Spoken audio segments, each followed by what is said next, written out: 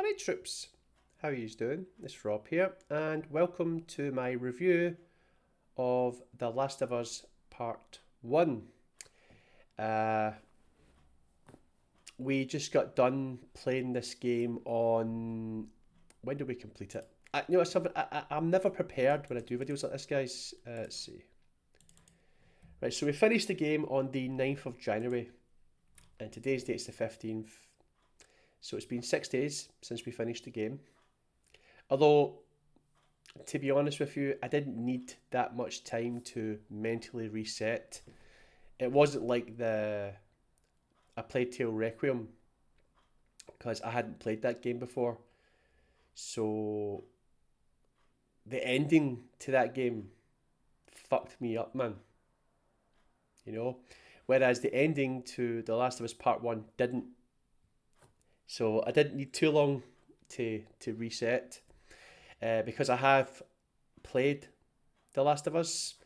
I didn't play the original on the PS3 when it came out. I played the remastered version for the PS4 back in 2016. But that's been 8 years, guys. 8 years since I'd last played it. And there was things that I remembered and there was things that I didn't remember. But there's always, when it comes to The Last of Us, right, there's two things that you just never forget, right? We're not quite ready to go into spoiler territory just yet, but the prologue, right? That scene haunts me, right? When I first experienced that scene way back, it's probably the first time a game has ever like had me wailing, like I could barely breathe. I was crying so much and tears were streaming down my face. I was an absolute mess. I wasn't recording back then, thankfully.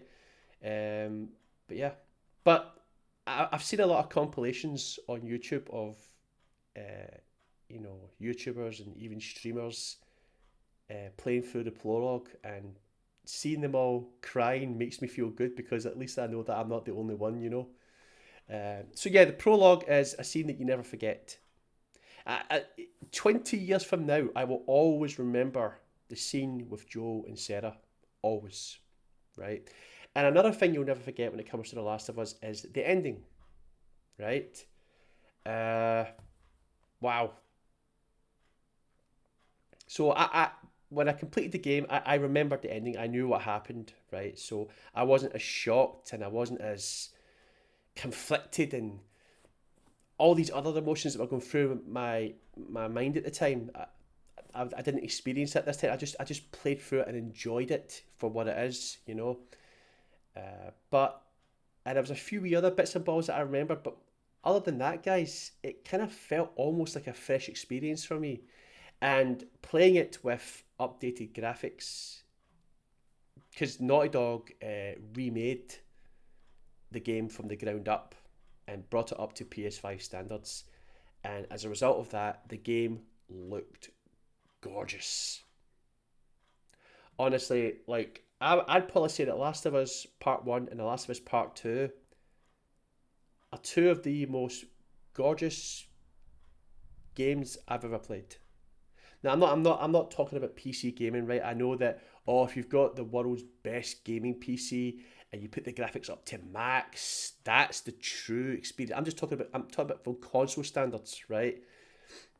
Probably two of the most gorgeous games I've ever played. You know, God damn, my nose is itchy. So, yeah, let's see. What should we talk about first? The characters. As I've said to you before, right? A good story is nothing without good characters. And this game has amazing characters. Naughty Dog just have this ability to create compelling characters, characters that you care about. Because look at Uncharted, Nathan Drake and Sully. You know, I was going to say name a better duo than that, but then you got Joel and Ellie.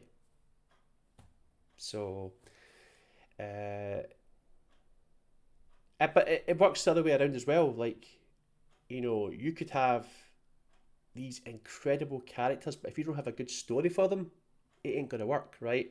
And thankfully, The Last of Us has a really good story. Now, you could consider this sort of semi-spoiler territory. I'm basically just telling you the plot. Um,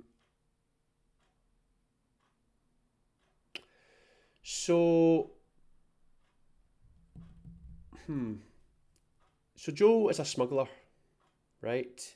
Oh, obviously there was this virus, right? I think it's like cordyceps, and apparently cordyceps actually exists in real life, but I think it exists in insects, you know. But if it ever mutated and it gained the ability to infect humans, then we'd have a Last of Us scenario, right? It's basically just these spores, this fungi that it goes for the brain or something, and takes over the host. Uh, so yeah, the cordyceps mutates and it's able to infect humans, and humans basically become zombies, right? And the world gets wiped out, and as always in situations like that, there's always survivors, right? People who are immune or people who just got lucky. Uh, and after the prologue, and during the prologue is when all the shit starts happening, right? And then after the prologue, the game skips ahead 20 years, and yeah, all the surviving humans are in quarantine zones and living off of rations, and they've got the military watching the backs and stuff, you know. And Joe, like I said, he's a smuggler, right?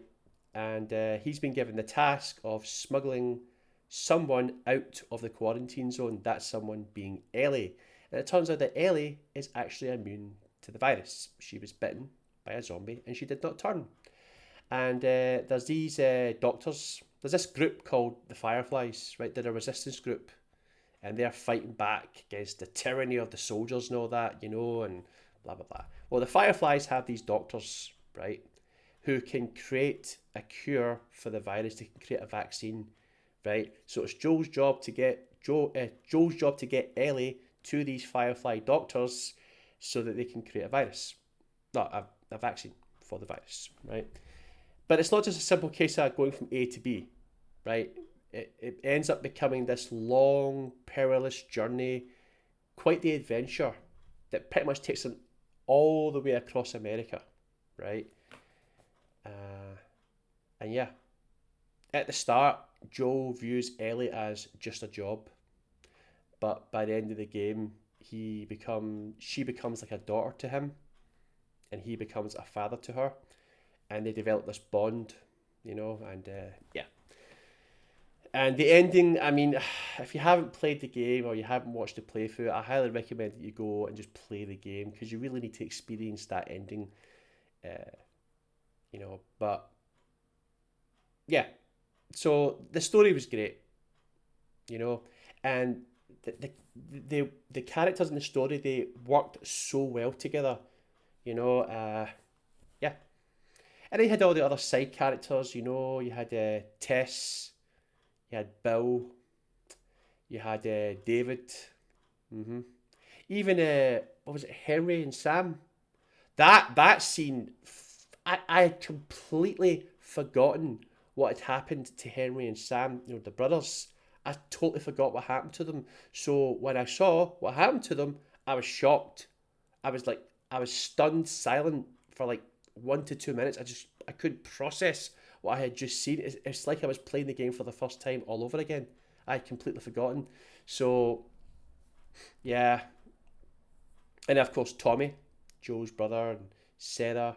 Uh, so, and of course the music. Another thing that I love about Last of Us is the music. I can't. I'm not even going to attempt to pronounce the composer's name. His first name is Gustavo. I'm not going to attempt to pronounce his surname. But his music, it's like he was born to make the music for this game. It's got so much heart, so much passion, so much emotion. It's raw.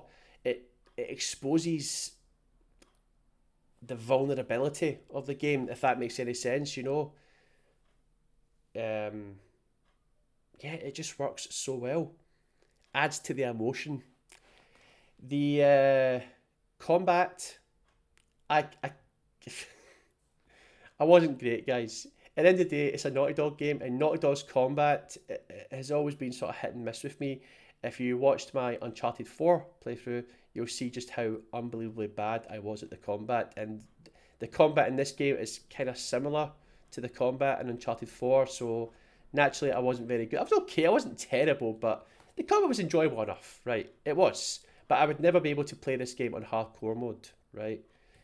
And thankfully, we can actually push for the platinum in this game because in the original, there was so many things that you had to do to get the platinum. There was multiplayer trophies, there was difficulty trophies, there was speedrun trophies, but in this game, there's none of it. The remake doesn't have any of those trophies, so we can actually push for the platinum. You can actually play the game on the easiest difficulty if you wanted to, but we played it on normal.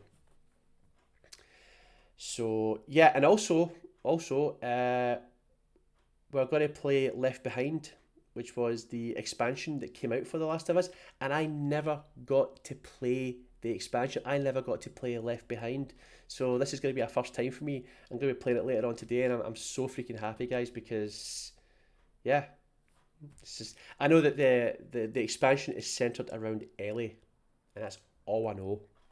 So I'm going to play that later on. So this, you'll get the first episode of Left Behind the same day you get this review.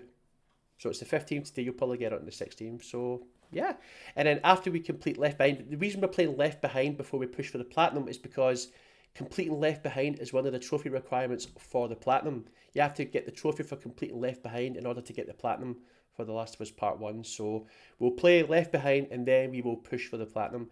And thankfully you can do the whole chapter selecting, get all the missing collectibles that you didn't get the first time around. So yeah.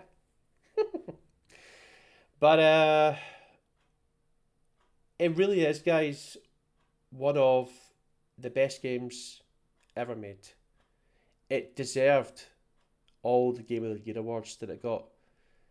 It's hard to think that the game came out 11 years ago.